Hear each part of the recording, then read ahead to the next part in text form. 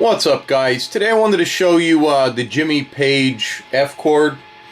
You come down here and you bar strings 1 and 2 on that first fret, and then you're gonna fret the 4th string 3rd fret and 5th string 3rd fret, and you're gonna just take your thumb and press. Doesn't have to be wrapped over the string, but you're gonna hold that 6th string down on the 1st fret, and you're gonna strum through all 6 strings.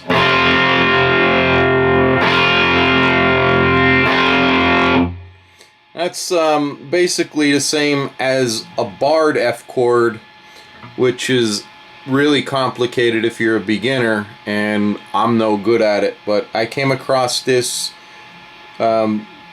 way Jimmy Page plays it, and a lot of other people play it, so I wanted to share it with you guys.